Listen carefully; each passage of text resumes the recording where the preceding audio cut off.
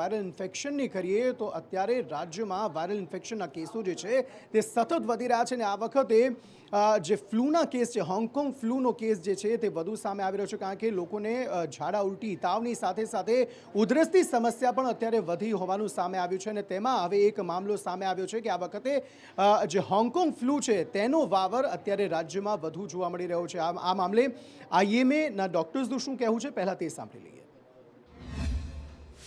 આ સિઝનમાં swine flu કે H1N1નું પ્રમાણ ખૂબ મોટા પ્રમાણમાં જોવા મળતું હોય છે, પરંતુ આ વર્ષે એની સાથે H3N2 જેને કે હોંગકોંગ ફ્લૂ પણ કહેવામાં આવે છે એના કેસીસ, ઇન્ફ્લુએન્ઝા બીના કેસીસ, રેસ્પિરેટરી સિન્સિટિયલ વાયરસ જેને RSV કહેવામાં આવે એ વત્તા એન્ટ્રો અને રાઇનો વાયરસ, આ બધા જ વાયરસનું પ્રમાણ ખૂબ મોટા પ્રમાણમાં જોવા મળ્યું છે। આ બધા સ્વાઇન ફ્લૂ સિવાયના તમામ વાયરસમાં એક સારી વસ્તુ એ છે કે એમાં રોગની તીવ્રતા થોડીક ઓછી હોય છે, એટલે હોસ્પિટલાઇઝેશનની અથવા ડેથ થવાની શક્યતા ખૂબ ઓછી રહેલી છે।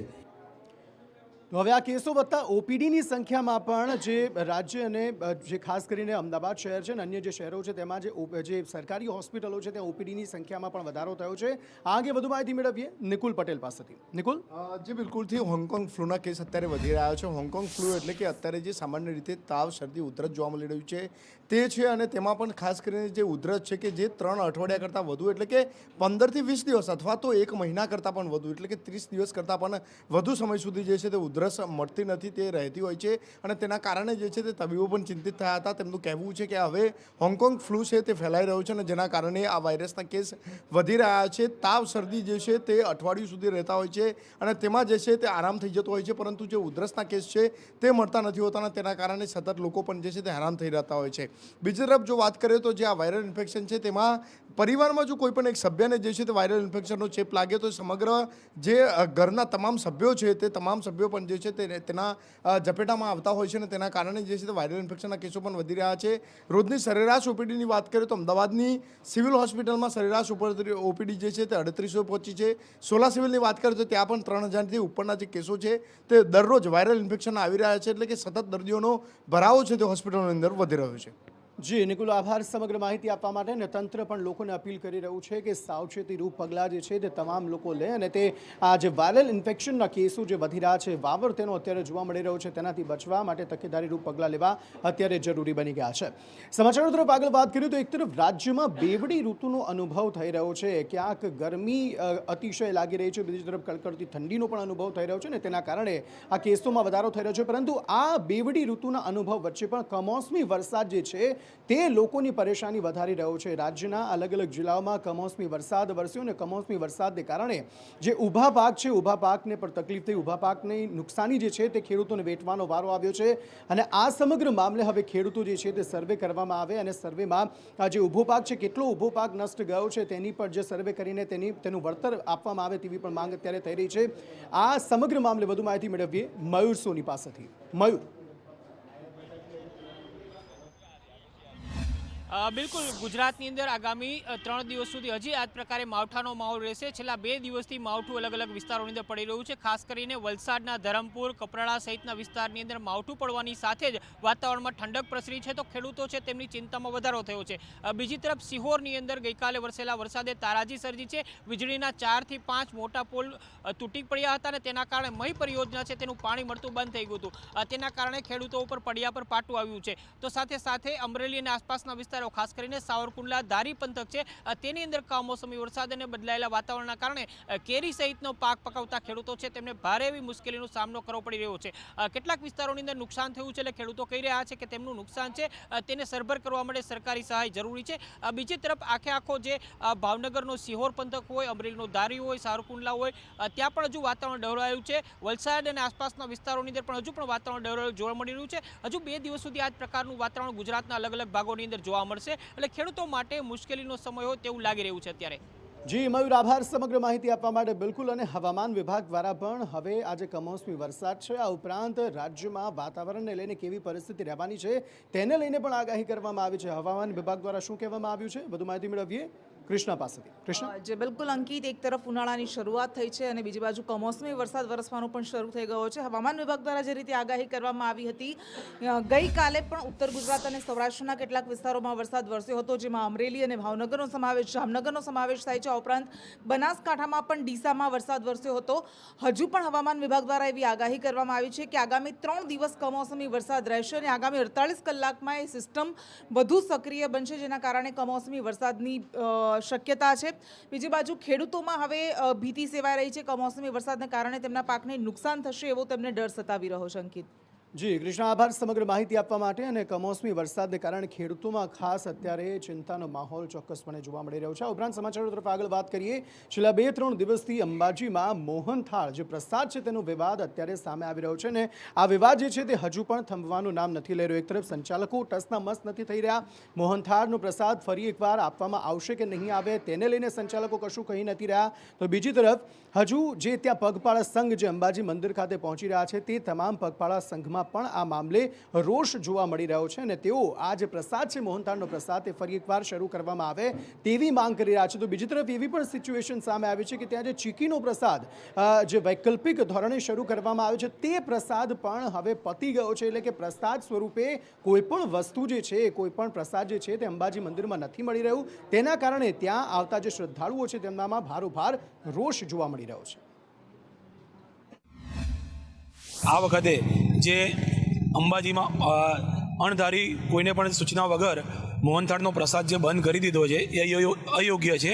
તો એના માટે ટ્રસ્ટે પ્રસાદ ચાલુ રહે એવું રાખવું જોઈએ કે જેવી રીતે સોમનાથ મંદિરમાં ચૂરમાના લાડુ છે, મગજની લાડુડી છે, ચીકી છે, એ ત્રણેય વસ્તુ છે, ત્રણેય ઓપ્શન આપેલા છે. એવી રીતે માં અંબાજીના ધામમાં આમાંથી કોઈ પણ સુખડી છે, મોહનથાળ છે કે ચીકી છે, કંઈ પણ ચાલુ રાખવું જોઈએ. એનું કારણ એક જ છે કે ગુજરાતમાંથી અને ગુજરાત બહારથી પણ લોકો માના દરબારે આવી રહ્યા છે. રવિવાર છે, પૂનમ છે, ભાદરવી પૂનમે મેળા વખતે પણ લાખોની પબ્લિક આવી રહી છે. તો એક લોકોને એક આસ્થા હોય છે કે માનો પ્રસાદ લઈને ઘરે જઈએ. હજી સુધી અમને એવું ધ્યાનમાં નથી આવ્યું કે કોઈ પણ દિવસ એના સ્વાદમાં ક્યાંય ફરક હોય. એટલે દરેક ભક્તોની લાગણી એવી છે કે આ પ્રસાદ માત્ર પ્રસાદ નથી, એની અંદર મા અંબાનું ક્યાંક ને ક્યાંક સ્વરૂપ હાજરા હજુર હોય અને એ પ્રસાદ પોતાના શરીરમાં જવાથી અને એ પ્રસાદનું ગ્રહણ કરવાથી મા અંબાના ખૂબ આશીર્વાદ મળે છે. આવી એક આસ્થા પ્રસાદની સાથે જોડાયેલી છે. તો આ પ્રસાદ સ્વરૂપી આશીર્વાદ જે માં અંબાના નથી મળી રહ્યા શ્રદ્ધાળુઓને તેવી એક લાગણી જે છે તે શ્રદ્ધાળુઓ દ્વારા વ્યક્ત કરવામાં આવી છે. આ ઉપરાંત જે એક શ્રદ્ધાળુ છે તેમણે વડાપ્રધાન નરેન્દ્ર મોદીને આ સમગ્ર મામલે પત્ર લખ્યો છે. આ ઉપરાંત હવે ચીકીનો પ્રસાદ જે છે તે પણ અંબાજી મંદિરમાં ખૂટી પડ્યો હોય તેવી માહિતી પ્રાપ્ત થઈ છે. સમગ્ર મામલે વધુ માહિતી મેળવીએ પ્રતીક પાસેથી. પ્રતીક. અંકિત, 3 માર્ચે જિલ્લા કલેક્ટરે એવો પત્ર લખ્યો હતો, એવી માહિતી આપી હતી કે હવે આ મંદિરની અંદર ચીકીનો પ્રસાદ મળશે, મોહનથાળનો પ્રસાદ બંધ કરવામાં આવશે. અને આ જે કલેક્ટરનો નિર્ણય હતો તેને લઈને તમામ જે માય ભક્તો છે, શ્રદ્ધાળુ છે, તેમાં નારાજગી જોવા મળી છે. એટલી હદે નારાજગી છે કે એક જે શ્રદ્ધાળુ છે તેમણે તો શ્રી વડાપ્રધાન નરેન્દ્ર મોદીને પત્ર લખીને કહ્યું છે કે મોહનથાળનો પ્રસાદ ચાલુ રાખો, ચીકીનો પ્રસાદ બંધ કરવો જોઈએ. જો તમારે ચીકીનો પ્રસાદ રાખવો હોય તો સાથે મોહનથાળનો પ્રસાદ પણ ચાલુ જ રાખવો જોઈએ, આ પ્રસાદને બંધ ન કરવો જોઈએ. આ સિવાય જો વાત કરવામાં આવે તો રાજસ્થાનથી એક શ્રદ્ધાળુ જ્યારે મંદિરમાં દર્શન કરવા માટે આવ્યા હતા ત્યારે તેમને મોહનથાળનો પ્રસાદ ન મળતા તે નારાજ થયા હતા અને તેમણે કહ્યું કે તમે મને જેલમાં પૂરી દો પરંતુ મોહનથાળનો પ્રસાદ આપવો જ પડશે. કારણ કે વર્ષોથી અહીંયા પરંપરા રહી છે, અંબાજી માતાના દર્શન કરવા માટે જે આવે છે તે ભક્તોને મોહનથાળનો જ પ્રસાદ મળતો હોય છે અને આ જ કારણથી મોહનથાળનો પ્રસાદ મળવો જ જોઈએ. સાથે જ જો વાત કરવામાં આવે તો છેલ્લા 3-4 દિવસથી ચીકીનો પ્રસાદ વેચવામાં આવે છે, પરંતુ હવે ચીકીનો પ્રસાદ પણ ખૂટી ગયો છે, જેના કારણે શ્રદ્ધાળુઓ નારાજ થઈ રહ્યા છે. જી પ્રતીક, આભાર સમગ્ર માહિતી આપવા માટે. આ તરફ પૂર્વ આઈએએસ પ્રદીપ શર્માની ધરપકડ કરવામાં આવી છે. જમીન ફાળવણીના મામલામાં તેની ધરપકડ કરવામાં આવી છે. આ સમગ્ર મામલે વધુ માહિતી મેળવીએ દિવાંગ પ્રજાપતિ પાસેથી. દિવાંગ.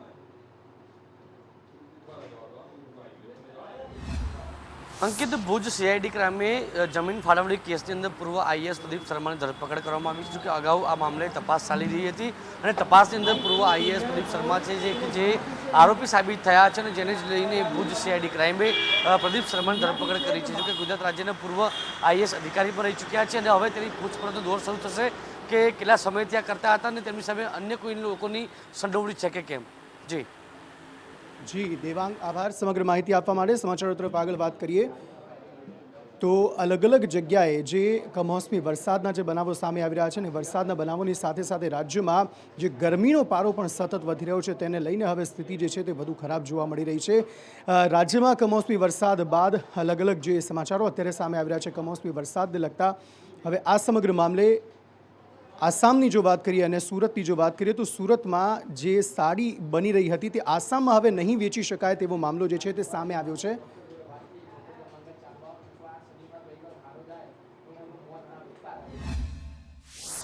આસામમાં જ્યાં ભાજપની સરકાર છે તેમણે ગુજરાતના સુરતથી જતી મેખલા ચાદર સાડીઓ પોતાના રાજ્યમાં બેન કરી દીધી। 5000થી પણ વધુ લોકોનો રોજગાર જેમાં સંકળાયેલો છે એને સીધી અસર કરતો આ નિર્ણય છે। સુરતના વેપારીઓના ત્યાં પૈસા અટવાયા છે, ત્યાં એમનો માલ અટવાયો છે અને નિર્ણય શું થશે એમને ખબર નથી। તો આ વખતે હોળી અને ધૂળેટી પર્વની વચ્ચે એક પડતર દિવસ છે અને લોકોને એ માહિતી નથી મળી હજી સુધી કે હોળી ક્યારે પ્રગટાવી અને ધૂળેટી પર્વની ઉજવણી ક્યારે કરવી, પરંતુ ડાકોર મંદિરે હવે સ્પષ્ટતા કરી છે। ડાકોર મંદિરે શું સ્પષ્ટતા કરી છે? હોળીનો પર્વ ક્યારે ઉજવાશે, આ ઉપરાંત ધૂળેટી એટલે કે રંગોનો પર્વ ક્યારે ઉજવાશે, આ અંગે વધુ માહિતી મેળવીએ કશ્યપ પાસેથી। કશ્યપ, છેલ્લા ઘણા સમયથી ધૂળેટી ક્યારે અને હોળી ક્યારે તેને લઈને લોકોમાં અસમંજસ હતી અને તેને લઈને હવે ડાકોર મંદિર છે તેના દ્વારા આ સ્પષ્ટતા કરવામાં આવી છે। સોમવારે 7 વાગ્યે સાંજે હોળીનો પર્વ છે તે ઉજવવામાં આવશે। વૈદિક મંત્રોચ્ચાર સાથે આ પર્વની ઉજવણી છે તે કરવામાં આવશે અને મંગળવારે ધૂળેટીનો પર્વ છે તે મંદિરમાં ઉજવવામાં આવશે તેવી જાહેરાત છે તે કરવામાં આવી છે અને ઠાકોરજીને એક સોનાની પિચકારી જે છે તે અર્પણ કરવામાં આવશે અને ત્યારબાદ આ પર્વની ઉજવણી જે છે તે મંદિર ખાતે કરવામાં આવશે। જી કશ્યપ, આભાર સમગ્ર માહિતી આપવા માટે। આ ઉપરાંત દ્વારકા મંદિર ખાતે ફૂલડોલ ઉત્સવની ભારે તૈયારીઓ જે છે તે અત્યારથી કરી દેવામાં આવી છે। મોટી સંખ્યામાં જે ભક્તો છે તે હોળી ધૂળેટીના પર્વ નિમિત્તે દ્વારકા ખાતે પહોંચતા હોય છે અને તેને લઈને તંત્ર દ્વારા પણ તડામાર તૈયારીઓ જે છે તે કરવામાં આવી રહી છે, કારણ કે મોટી સંખ્યામાં શ્રદ્ધાળુઓ ત્યાં પહોંચવાના છે। કેવી રીતે તૈયારીઓ અત્યારે હાથ ધરવામાં આવી રહી છે, વધુ માહિતી મેળવીએ દિવ્યા પાસેથી। દિવ્યા, અંકિત, જે પ્રકારે તૈયારીઓ કરવામાં આવી રહી છે સાથે જ હોળી ધૂળેટીનું પર્વ અને દરેક કૃષ્ણ મંદિરોમાં હોળી ધૂળેટીની ઉજવણી છે તે કરવામાં આવતી હોય છે। દ્વારકામાં પણ આ પ્રકારની પવિત્ર યાત્રાધામ છે અને દૂર દૂરથી તમામ ભક્તો આવવાના છે। બેરિકેડ્સથી લઈને તમામ જે ગેટો છે વિશેષ તૈયારીઓ છે તે કરવામાં આવી છે। ભક્તોને કોઈ પણ પ્રકારની હાલાકી ન પડે અને પોલીસ વ્યવસ્થા પણ તે પ્રકારની ગોઠવવામાં આવી છે અને અત્યારથી જ તમામ તડામાર તૈયારીઓ છે તે તમામ તૈયારીઓને આખરી ઓપ મંદિરમાં આપવામાં આવી રહ્યું છે। આ સાથે જ અન્ય મંદિરોમાં પણ તમામ પ્રકારની વ્યવસ્થાઓ છે તે પૂરી કરી દેવામાં આવી છે। જી આભાર સમગ્ર માહિતી આપવા માટે। તો ન માત્ર મંદિરોમાં તૈયારીઓને આખરી ઓપ આપવામાં આવી રહ્યો છે, પરંતુ અવનવી પિચકારીઓ અને રંગો સાથે બજાર પણ અત્યારે રંગબેરંગી જોવા મળી રહ્યા છે। મોટી સંખ્યામાં જે લોકો છે તે તેની ખરીદી કરવા માટે માર્કેટમાં એટલે કે બજારમાં ઉમટી પડેલા જોવા મળી રહ્યા છે અને લોકો આ અવનવી ડિઝાઇનની જે પિચકારીઓ છે, અવનવા રંગો જે છે તેની ખરીદી કરતા અત્યારે જોવા મળી રહ્યા છે। હોળી અને ધૂળેટીના પર્વને ગણતરીના કલાકો બાકી છે ત્યારે બજાર છે તે રંગબેરંગી જોવા મળી રહ્યા છે। અવનવા colours, herbal colours, natural colours થી બજારોની અંદર અવનવી વેરાયટીઝ છે કે જે કલર્સની અંદર જોવા મળી રહી છે। બીજી તરફ જ્યારે નાના બાળકોને આકર્ષતું સૌથી વધુ જેની ડિમાન્ડ હોય છે આ પર્વની અંદર તે હોય છે પિચકારી। ત્યારે બજારની અંદર અવનવી પિચકારીઓની બોલબાલા આ વર્ષે જોવા મળી રહી છે। ભાવતાલની જો વાત કરીએ તો ગત વર્ષ કરતાં આ વર્ષે 25 થી 30% જેટલો વધારો સામે આવ્યો છે, પરંતુ તેની સામે પિચકારીઓની અંદર પણ અવનવી વેરાયટીઝ છે તે સામે આવી છે, જેમાં કાર્ટૂન કેરેક્ટર્સ કે જે બાળકોને સૌથી વધુ ગમતા હોય છે તેની ડિમાન્ડ અત્યારે સૌથી વધુ જોવા મળી રહી છે। જે ટેન્કવાળી પિચકારી છે તેની સૌથી વધુ અત્યારે બોલબાલા છે તે સામે આવી છે।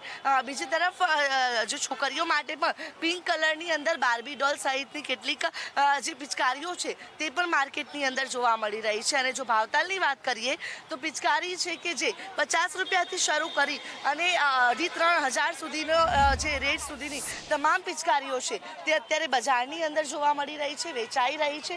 લોકોમાં પણ ખૂબ જ ઉત્સાહ છે તહેવારની ઉજવણીને લઈને। સાથે જ કોરોનાના લાંબા સમય બાદ જે રીતે લોકો છે કે જેની ખરીદ શક્તિ પણ વધી છે, જેને લઈને અત્યારે લોકો બજારની અંદર ખરીદીમાં લાગી ગયા છે અને સમગ્ર બજાર જાણે કે રંગબેરંગી થઈ ગયું હોય તેવા દ્રશ્યો સામે આવી રહ્યા છે। કેમેરા પર્સન કુંતલ મહેતા સાથે આયુષી યાજ્ઞિક, સંદેશ ન્યૂઝ, અમદાવાદ। હોળી ધૂળેટીના પર્વને લઈને મોટી સંખ્યામાં લોકો પોતાના માદરે વતન જવા માટે ટ્રેનોનો ઉપયોગ કરી રહ્યા છે, બસીસનો ઉપયોગ કરી રહ્યા છે, પરંતુ તેમાં મોટી સંખ્યામાં ભારે ધસારો જે છે તે જોવા મળી રહ્યો છે. ખાસ સુરતની જો વાત કરીએ તો ઉત્તર ભારત તરફ જતા જે લોકો છે તેમાં આજે રેલવે મીન્સ જે સુરત ખાતે જે સ્ટેશન આવેલું છે ત્યાં મેગા બ્લોકના કારણે 30 જેટલી જે ટ્રેનો છે તે રદ કરવાની રેલવે વિભાગને ફરજ પડીને તેના કારણે મુસાફરોની પરિસ્થિતિ જે છે તે ખૂબ જ દયનીય જોવા મળી, કારણ કે એક જ કોચમાં ક્ષમતા કરતાં 5 ગણા વધારે મુસાફરો ભરવામાં આવી રહ્યા છે. લોકો તેમાં જઈ રહ્યા છે અને પોતાના માદરે વતન જવા માટેના પ્રયત્નો જે છે તે કરી રહ્યા છે. અને માહિતી એ પણ મળી રહી છે કે એક શૌચાલયમાં 5 લોકો જે છે તે બેસવા માટે મજબૂર બન્યા છે. એ પ્રકારની સ્થિતિ અત્યારે જોવા મળી રહી છે. આમ તો રેલવે વિભાગે હોળી ધૂળેટી પર્વ પહેલા વધુ ટ્રેનોની વ્યવસ્થા કરી હતી, પરંતુ એ વધુ ટ્રેનોની વ્યવસ્થા પહેલાં જ અત્યારે મેગા બ્લોક આવી ગયો અને મેગા બ્લોકને કારણે આ પ્રકારની પરિસ્થિતિ જોવા મળી. પશ્ચિમ રેલવે દ્વારા મેગા બ્લોકના કારણે આજે 30 ટ્રેનો જે છે તે રદ કરવાની ફરજ પડીને આ ટ્રેનો રદ થતાં મુસાફરો અટવાયા હતા અને એક ટ્રેનમાં 5 ગણા મુસાફરો, એક કોચમાં 5 ગણા મુસાફરો બેસવા માટે મજબૂર બન્યા છે. આ પ્રકારની સ્થિતિ અત્યારે જોવા મળી રહી છે. ન માત્ર ટ્રેનોમાં પરંતુ જે બસો એસટી નિગમ દ્વારા જે બસોની વ્યવસ્થા કરવામાં આવી છે તેમાં પણ મોટી સંખ્યામાં જે મુસાફરો છે તે જીવના જોખમે બેસવા માટે મજબૂર બન્યા છે. बाथरूम में बैठा हुआ हूँ. क्यों? सीट ही नहीं है, जगह ही नहीं है. एक बाथरूम में कितने लोग बैठे? एक बाथरूम लगभग 15 आदमी. 15 आदमी 15 से 20 आदमी बाथरूम में बैठे हुए. यूपी से आके यहाँ मजदूरी करते हैं, कमाते हैं, फिर घर जाने लगते हैं सर, तो पर्स मार देते हैं, उसमें पैसा रहता है, पैसा चला जाता है. मान लो पैसा गया सब आईडी, उसको कितना परेशानी झेलना पड़ेगा. क्या ऐसा नहीं हो सकता सरकार की तरफ से कि ये सुरक्षित रहे, यात्री कम से कम पैसे कमाने आए हैं, कमा के जा रहे हैं, तो पर्स मार देते हैं तो कितना बताइए कितना. तब अभी ट्रेन में बैठे हैं, टिकट भी उसमें था, उसमें टिकट भी मार दिया, फिर से ट्रेन में टिकट भी वो टीटी आएंगे तो उसका पैसा भी मांगेंगे, फाइन भी मारेंगे. बताइए सर अब कैसे हम लोग घर पे जाएंगे. હોળી ધૂળેટીનો પર્વ ન માત્ર ગુજરાતમાં પરંતુ ગુજરાતની બહાર પણ અલગ અલગ જગ્યાએ રંગે ચંગે ઉજવાઈ રહ્યો છે. ખાસ વારાણસીની વાત કરીએ, કાશી વિશ્વનાથ ધામની વાત કરીએ તો ત્યાં પણ રંગે ચંગે આ ઉત્સવ જે છે તે લોકો મનાવી રહેલા જોવા મળી રહ્યા છે. મણિકર્ણિકા ઘાટ જે ખાસ ત્યાં આવેલો છે, અલગ અલગ જે ઘાટ ત્યાં આવેલા છે ત્યાં મોટી સંખ્યામાં જે શ્રદ્ધાળુઓ છે તે ભેગા થયા છે અને રંગો ઉડાડી ફૂલોની સાથે પણ જે શ્રદ્ધાળુઓ છે જે તે ત્યાં અત્યારે ધૂળેટીનું પર્વ જે છે ઉજવતા જોવા મળી રહ્યા છે. રંગોનો તહેવાર ધૂળેટીને માનવામાં આવે છે ને તેના કારણે જ આ પ્રકારની સ્થિતિ અત્યારે દેશના અલગ અલગ રાજ્યોમાં જોવા મળી છે. જ્યાં પણ ધૂળેટી પર્વની ઉજવણી થઈ રહી છે ત્યાં મોટી સંખ્યામાં લોકો રંગો ઉડાડીને એકબીજા પર રંગો ઉડાડીને આ પર્વની ઉજવણી કરતા જોવા મળી રહ્યા છે. હોળી મનાવવાનું મહત્વ જે છે તે ગુજરાતમાં વધારે છે ને એટલા માટે જ જે સોમવાર અથવા તો મંગળવાર કયા દિવસે હોળી મનાવી તેને લઈને અસમંજસની સ્થિતિ ગુજરાતના લોકોમાં જોવા મળી રહી છે. પરંતુ ગુજરાતની બહાર રંગોનું પર્વ જે ધૂળેટી છે તે પર્વને લઈને લોકોમાં ખાસો ઉત્સાહ જોવા મળી રહ્યો છે. ખાસ મેં કીધું એ પ્રમાણે વારાણસી ખાતે કાશી વિશ્વનાથ ધામ જે આવેલું છે તે દર વર્ષે આ પ્રકારના દ્રશ્યો જે છે તે જોવા મળતા હોય છે કે મોટી સંખ્યામાં લોકો આ ઘાટ પર ઉપસ્થિત થતા હોય છે. પગ મૂકવાની જગ્યા ન હોય તે પ્રકારની સ્થિતિ આ કાશી વિશ્વનાથ ઘાટ પર સર્જાતી હોય છે અને આ વખતે પણ એ જ પ્રકારની સ્થિતિ જોવા મળી રહી છે. કેવી સ્થિતિ છે ગાયત્રી પાસેથી વધુ વિગતો મેળવીએ. ગાયત્રી. જી અંકિત, હોળીનો જ્યારે તહેવાર હોય છે ત્યારે સમગ્ર ગુજરાતમાં તો એક અનેરો ઉત્સાહ જોવા મળતો હોય છે, રંગો હોય છે અને આપણે જે ફુગ્ગા હોય છે તેમાં પણ પાણી ભરીને ફેંકતા હોઈએ છીએ. અલગ જ રીતે એની ઉજવણી જોવા મળતી હોય છે, સાથે તેનું પારંપરિક મહત્વ પણ હોય છે. આ સાથે ગુજરાત બહાર જો કાશીની વાત કરીએ તો કાશી વિશ્વનાથ મંદિર કે જ્યાં મણિકર્ણિકા ઘાટ છે, દર વખતે ત્યાં અલગ જ રીતે હોળીનો પર્વ ઉજવવામાં આવતો હોય છે. અનેક લોકો ત્યાં જોડાતા હોય છે. ભક્તો જે ભોળેનાથના ભક્તો છે ત્યાં હંમેશા આવતા હોય છે અને હોળીના પર્વની ઉજવણી કરતા હોય છે. મહત્વનું છે કે આ પર્વની ખાસ કરીને ઉજવણી જ્યારે ફૂલો સાથે કરવામાં આવતી હોય છે, રંગો સાથે કરવામાં આવતી હોય છે, પરંતુ કાશી વિશ્વનાથ મણિકા ઘાટ પર ભસ્મ હોળીથી લોકોએ હોળીની ઉજવણી કરી હતી અને ભસ્મ હોળી રમી અને ભોલેનાથના જે કહેવાય કે એક રંગ છે તેમાં રંગાઈ ગયેલા ભક્તો જોવા મળ્યા હતા. જ્યારે ગુજરાતના દ્વારકાની વાત આવે તો દ્વારકામાં એક અલગ માહોલ જોવા મળતો હોય છે, તેવો જ માહોલ કાશી વિશ્વનાથમાં જોવા મળ્યો હતો અને ભોલેનાથના ભક્તો જે હતા તે ભસ્મ હોળીની રમત રમી અને હોળી રમી હતી. રાજકોટ ખાતે જે 4 વર્ષથી નિર્માણ પામી રહ્યો હતો તે ગોંડલ ચોકડી બ્રિજ જે છે તે હવે તૈયાર થઈ ચૂક્યું છે અને આજે મુખ્યમંત્રી ભૂપેન્દ્ર પટેલ દ્વારા તેનું લોકાર્પણ કરવામાં આવશે અને જે ટ્રાફિકની સમસ્યા આ વિસ્તારમાં સૌથી વધારે જોવા મળતી હતી તેમાંથી રાજકોટ વાસીઓને છુટકારો મળશે. આ અંગે વધુ માહિતી મેળવીએ મયુર સોની પાસેથી. મયુર.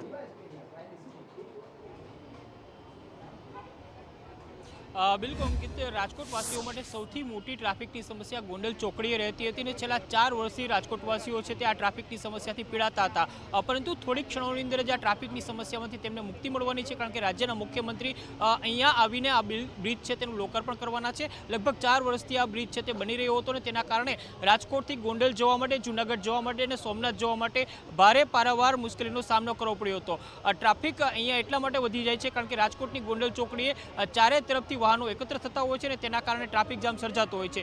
પરંતુ હવે આ ગુજરાતનો એકમાત્ર એવો બ્રિજ બનવા જઈ રહ્યો છે કે જે એક જ પિલર ઉપર નિર્માણ પામીને 1 કિલોમીટર લાંબો થયો છે. આમ 3 ફેસનો આ બ્રિજ છે. રાજકોટ શહેર માટે જવા માટે અથવા તો જૂનાગઢ અને વેરાવળથી ડાયરેક્ટ અમદાવાદ જવા માટેનો આ બ્રિજની અંદર એક આખો પાર્ટ છે. એટલે દરેક વાહન ચાલકો છે તેમના માટે આ બ્રિજની અંદર વ્યવસ્થાઓ કરવામાં આવી છે. સાથે જ રાજકોટથી વેરાવળ અને સોમનાથ તરફનો દૈનિક 50,000 કરતાં વધુ વાહનોનો જે ટ્રાફિક છે એને પણ આ બ્રિજ બનવાના કારણે મુક્તિ મળવાની છે. જી મયુર, આભાર સમગ્ર માહિતી આપવા માટે. અને આ સાથે વોરમ બુલેટિનમાં અત્યારે બસ આટલું જ. વધુ સમાચારો માટે આપ જોતા રહો સંદેશ ન્યૂઝ. નમસ્કાર.